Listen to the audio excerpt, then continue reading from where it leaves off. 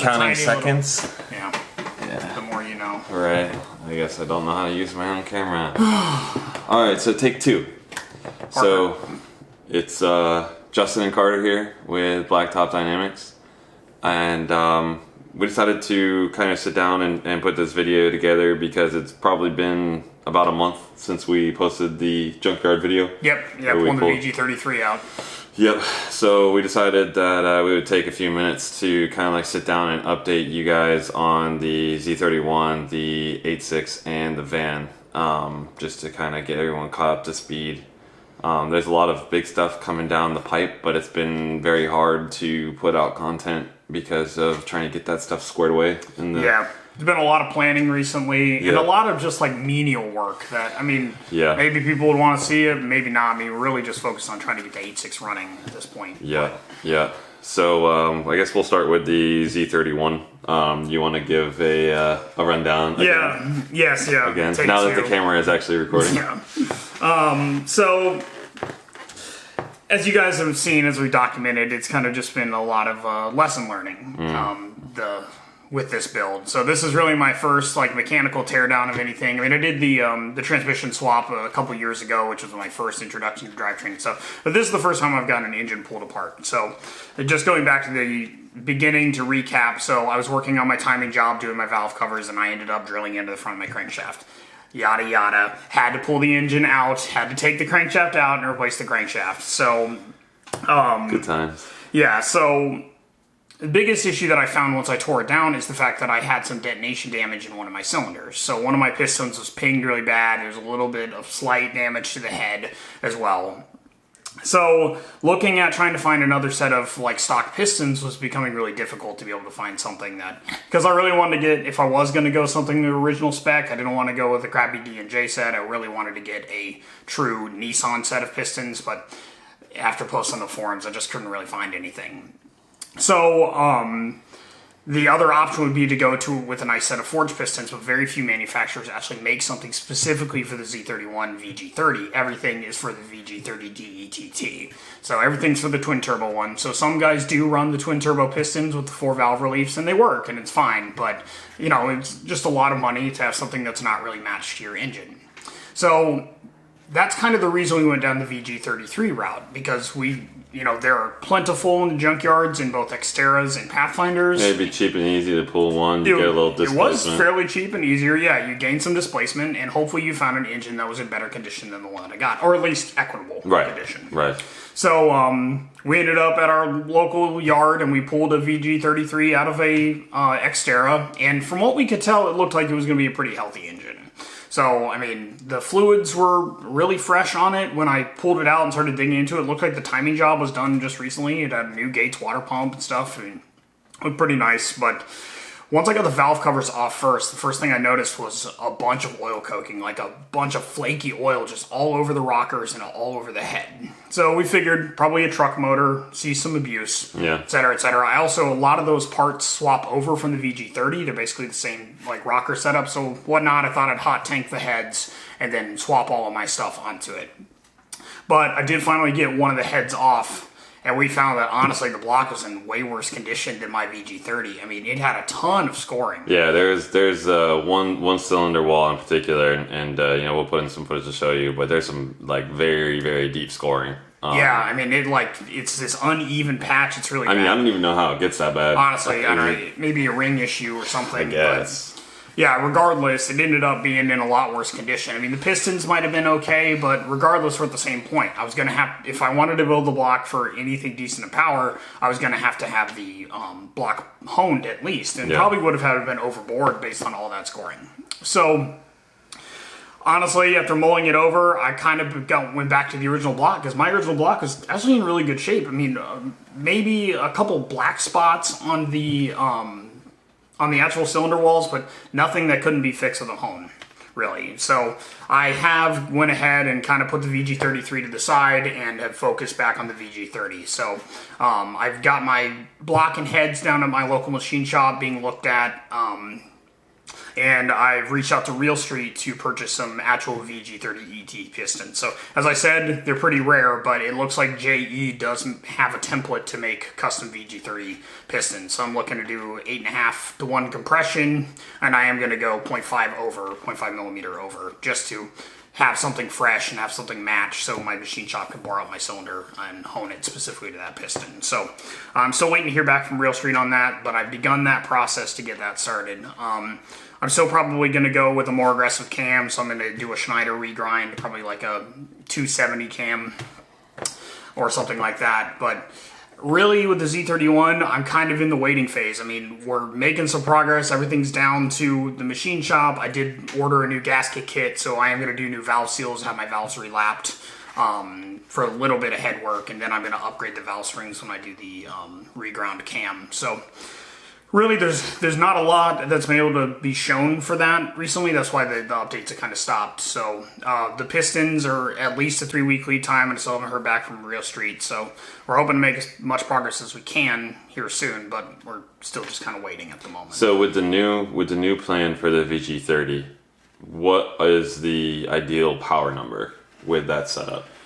Well, so since I'm ending up having to pay a little bit more for the pistons than I was ideally looking at, I'm probably still going to run the stock T3. I'm just going to rebuild it and run it. So I probably, with an intercooler and maybe with a good tune, maybe pull timing just a hair, I could probably get 350 out of it. But until I upgrade to like a whole set turbo, which is what I was originally looking at, an HX35W from a 12 valve Cummins, that's really was my ideal turbo setup. And then I could push, I mean, that turbo is good up to 450 wheel horsepower. So, but I think 350 will be a lot of fun, at least initially. I really just want to get everything inside of the engine built. I want to make it a good platform, so if I want to go higher boost, that's why I'm bolt-ons is all you'll exactly. need. Yeah. Bolt-ons is the ideal situation I want to be in.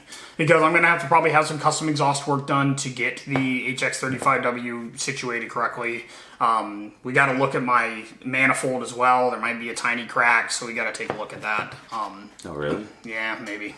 Yeah, I found one little one. Yeah, well, I'll show it to you later. But so we'll have to take a look at that. I might be able to get that welded or find a replacement. But yeah, realistically, I just want to get the engine sealed and ready to go for more power later on. And 350 will be plenty fun to have anyways. There's no LSD back there either, so we might need an upgrade of that. And last thing I want to do is be breaking axles. Plus, I'm running the 71C transmission, which I know is good up to about 400 horsepower, and there might be some like, KA turbo guys that are running them with more power than that. But, I just want to have something reliable that I can go and turn the key and have fun in. So that's the idea for this car. I mean, maybe it'll run some track days and stuff, but I really just want to be able to cruise and have a good time. Yeah, so, just like street car. Exactly. I want a car to have fun in. So that kind of catches us up on where we're at with the Z31. We're just really kind of waiting for parts and waiting for services to be done. So hopefully in the next month and a half, we should have some more updates and get back into the reassembly of that engine in that car. So cool. How about the 86? Where are we sitting with that? So the 86 is it's coming along really well. Really recently, the reason why there hasn't been much content on it is because it's been a lot of like tedious little stuff like wiring and testing things out and stuff like that. Like yesterday we were over there. I got the base map loaded on the Haltech. We were testing the fuel system for leaks, so making sure. Well, one, we tested to make sure that the fuel pump was wired correctly because the harness said it was supposed to be labeled because I'm running a full tweaked harness to be used with a Haltech 750 Elite, and it was supposed to be wired for the fuel pump, but I kind of had to guess because there was no labeling. Turns out we guessed right, so fuel pump worked. There's a couple of fittings that weren't quite tight enough, a couple that were leaking. It's leaking right at the fuel cell, so I still gotta fix that. It's leaking at the injectors, which I ordered a bunch of injector O-rings because I think it's the MRP top mount conversion for the silver top throttles, and the injector O-rings that came with the Deechwork 1000cc injectors just don't quite sit right, so it was spewing ethanol everywhere. Which shot out like a sprinkler. Feels really good when you get it into an open cut, let me tell you. So we were doing that, and then we unplugged everything. You went to give it some cranks to try and get some oil, pushing through it. And I don't think my 4AG, it might even be like, I don't know if there's a difference in starters between the 4AC and the 4AG, honestly, but I'm pretty sure it's an SR5 starter. Yeah. And it just didn't have enough juice to turn over ding. All it does is just smack the flywheel like a tuning fork. With the new compression ratio being 12.5 to 1, it just doesn't have the juice to get it turned over. So I got to look into converting over to a Honda starter, or what I got to do for a high torque starter. So running into a couple of roadblocks like that, but really, it's really close. Honestly, it's I reached out to a local company here, Trilogy Performance, who is probably going to do the dyno tune on the car. And yeah, I mean, it's just not quite there, and it's just been so much little stuff that it's been tough to really film a video. Nobody wants to watch me hook up all of the damn vacuum lines, nobody wants to watch me. Nobody likes vacuum. Yeah, everybody deletes it. Nobody wants to watch me try and figure out how to wire up a wideband gauge, because there's only one input on the harness for a wideband, but there's a positive and a negative output on the actual wideband. So, it's just little stuff like that kind of makes it hard and to put anything out. But there should be a video coming soon, hopefully next weekend, if I'm able to figure out what we need for the starter. We'll be able to start it up, or at least get it cranking, get some oil pressure going through it, and it's close. It's real close. Once it's started, we got to take it to the exhaust shop to have a custom exhaust made.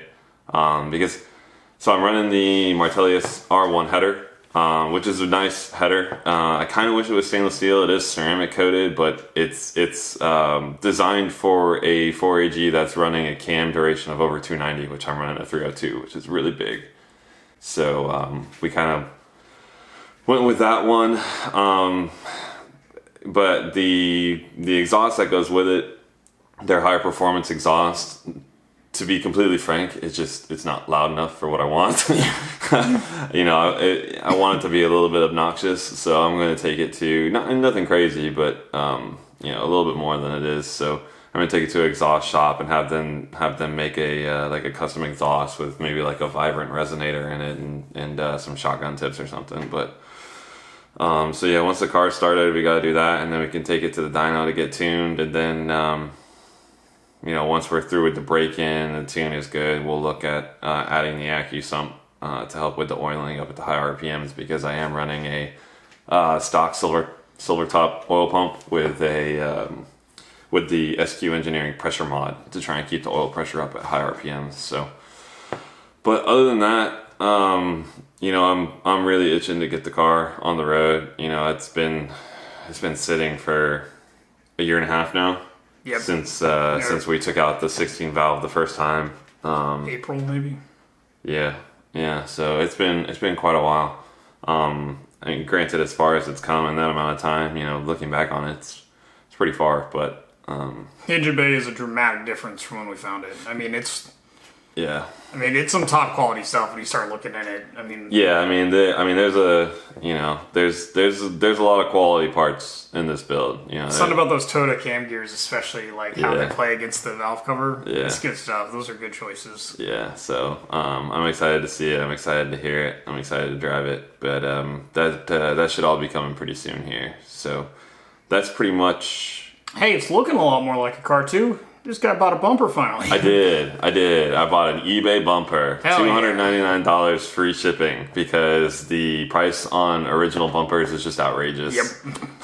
I can't pay $1,200 for a front bumper. So we're gonna modify that a little bit and get that to fit, and then maybe soon down the line do some body work and some paint. So we'll see about that. But yeah, that's pretty much it. So hopefully she'll be running here within the next month or so. That's the goal, to have her on the road driving. So yeah, that's pretty much it on the 8.6. So I guess we should probably talk about the van. Old Blue. Old Blue's been doing a lot of sitting recently. So, and not just because of COVID, unfortunately. We were back in like what, March probably. Yeah. It was March. We were driving it around, and I was driving, and Carter was in the back watching Rick and Morty on the TV. You know, normal stuff. Normal van stuff. If you have a van, I mean, what else are you supposed to do with it? So we went through the Burger King drive-thru, and the car just completely died in the drive-thru. And you know, we thought about it. We were like, you know, we probably overdrew on the alternator because we were just running straight off of like a power inverter with the TV and the Chromecast. So we figured that we probably just torched the alternator. So we pulled the alternator out finally. Yep. Got it tested, and it's on the lower side of good, but it's still good. Yep. It's still making it wasn't made like 13.7 volts is what they said. Volts, yeah. So I mean Still that's definitely still fine. So we've kind of determined that it's probably not the alternator. We're thinking, you know, we're hoping that it's the fuel filter, because it tends to want to start up and die. Yeah, it like chokes out. So unless you keep your foot on the gas, like keeping pressure flowing, it just putters out. Yeah. So so hopefully that's the issue. That's what we're here today to do. That's what we're going to be going out here in the super hot sun and doing here pretty soon. And maybe we'll film a couple of clips of that, but you know, we'll just throw them in the end of this video. But yeah, we hope to have that running here again, hopefully soon, because we also have pretty much everything to do the parallel battery setup. Yep. So that we can run the accessories in the... Yeah, because I mean, we've got like a TV and an Xbox. We're going to get a mini fridge for it, so we're definitely going to need something that we can get some somewhat consistent draw. Yeah, so we've got like the battery isolator. We've got all the wiring. We got a 6,000 peak watt inverter. Yep. So it's 3,000 constant, 6,000 peak, which is more than enough for what we need. So we'll probably end up running like two of the are they deep cell or deep cycle? Deep cycle batteries. Yeah, like a Marine or a RV. Yep. And the battery isolator will make it so that, you know, if we're using accessories and the car is off, it's not going to drain the main battery that's required for the car to operate. Right. But when the car is running, the alternator will be able to charge the other two batteries as well as the main operating battery. So that's the idea. Hopefully we'll be able to get started on that here pretty soon, and that will definitely be a video. So we'll be doing that. And some other future plans for that. I mean, we have a good idea of how we want to put an AC unit in the back, because we really want it to be a reliable camper. Yeah, we pretty much have plans for the AC in the. We know how we're going to do it. We just haven't gotten around to doing it, you know, with the Z31 and my car. You know, just trying to make sure that those things are. You got so many projects going on at one time. You got to kind of focus on what you need at the time, and because of COVID, we're not going to any racing events. We're not doing anything like that. But we do have some stuff coming up here in the next few months, so we definitely need the van running. Plus, we like to take it up drift events and stuff, because it's just awesome. We love it. It is awesome. It's so awesome. It's like one of the most fun things we've ever built. Oh, absolutely. It's probably my favorite project we've done thus far. It's definitely been it was the least frustrating project. Yeah. And splitting costs was just so easy. That's true. I mean, it was just like... That's true. Oh, man, the stereo kind of sucks. You want to put a new stereo in it? You got $50? Yeah, I got $50. Let's go to Walmart and buy a bunch of speakers. Yep. And a head unit. So that aspect has been great. Yeah. But yeah, so, I mean, that's pretty much the update. Like I said, there's a lot of things happening in the background that we'll be able to update you on soon. Very, very... very exciting things. Yep. Like, it's taking everything in me right now not to talk about it. Like it's so awesome. Yep. Actually, talk about Jesse. Yeah, I was about to say, we've even made some new friends during this time. Yeah, so you'll probably be seeing a lot of Jesse on our channel. It's at Jesse Drifts. It's Jesse Drifts. It's Jesse. Yeah, so I'll put his Instagram and his YouTube channel link down in the description. Go check him out. He's a really cool guy. Got a 350Z that he's drifting, and he'll be hanging out with us and helping us film, and we'll be kind of like helping each other's channels grow. Yep, so, absolutely. But yeah, big stuff coming. So, anything else you want to add? No, I think it's time we get some work done. I know, it's a Sunday. I think I'm going to just keep dragging out the video so we don't have to go out in the hot sun and do I know. work. It's already been hard. But yeah, exciting stuff. I'm excited to have his car running. I really want to have mine running, so I'm hoping by, you know, later into fall that, you know, both our cars are going to be running. We can definitely take them out and get some rolling shot. Yeah. I mean, definitely by end of fall. So. Yeah, but I think that catches everybody up. So cool, guys. You know, we really appreciate it if you like and subscribe. It helps us out a lot, especially since we only have like 33 subscribers. So hit that subscribe button. There's definitely a lot of content coming, a lot of exciting things. So yeah, we'll throw in some footage of us fixing the van here so you guys can laugh at us and have a good day. What are we talking about? We're good mechanics. Why are they gonna laugh? Sure. There's a reason we don't do how-to videos. It's just not our stick, you know. It's not that we can't, it's just that we don't. It's different. Alright guys, check out some van footage. I probably said it was gonna be fun, that's like my thing. No, you say it's gonna be easy. You don't say it's gonna be fun. That's true, I would never lie.